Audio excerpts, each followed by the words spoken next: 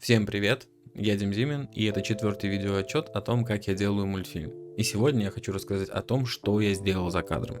Во-первых, нарисованы все шаблоны персонажей. Для первого акта, для второго еще нет, для первого уже нарисованы главный герой Гриша, его педагог профессор Капустин и его однокурсник Морозовский. Также вторая большая штука — записаны голоса для Гриши. Это вообще было самое сложное, потому что через запись прошло 3 человека. Дело вообще ответственное, персонаж один из главных, он будет появляться в каждой серии, его будет много, там еще много работы предстоит, но как минимум одним из вариантов я доволен и вообще безумно счастлив, что голос найден. Также записан голос для Капустина, и буквально через несколько часов ко мне приедет один мой хороший друг, который согласился записать почтальона Мельникова для второго акта.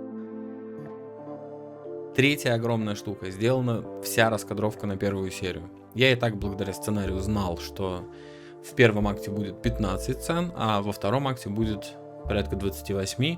Теперь я знаю, сколько все это поставлено в раскадровку. Это вообще самая большая и тяжелая работа для меня на производстве каждого мульта, потому что мульт, собственно, возникает в этот момент. Его нужно полностью прожить, проиграть все в голове, представить, как будут совершены переходы между всеми сценами, какая в них будет динамика, тайминг.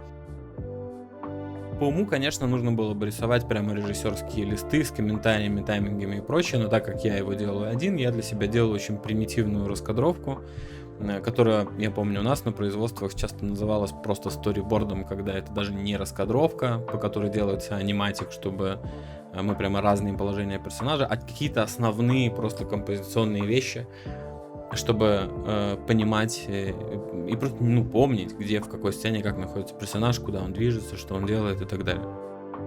То есть раскадровка закончена. Некоторые я обязательно покажу листы, но не все, чтобы все-таки не тизерить какие-то вещи, которые в мульте будут происходить. Теперь, благодаря раскадровке, это четвертый пункт. Я знаю, сколько будет фонов уникальных. Их в первой серии будет 31.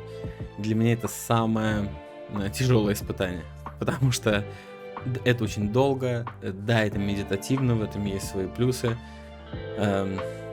Мог бы сделать афоны, наверное, попроще, но мне почему-то кажется, что это крайне важно, чтобы окружение персонажей...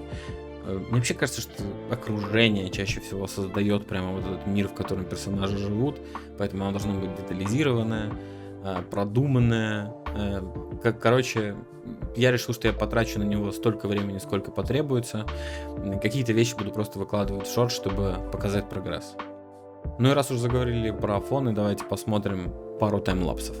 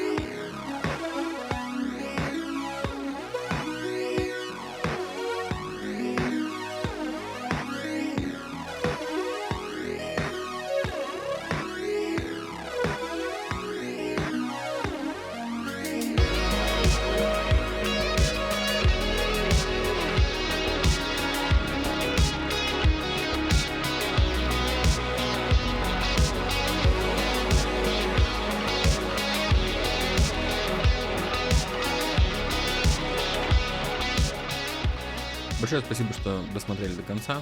Для любого молодого и неизвестного YouTube канала это крайне важно. Обязательно подписывайтесь на телеграм-канал, потому что и только в телеграме я анонсирую, когда будут следующие стримы, ссылка на него будет в описании.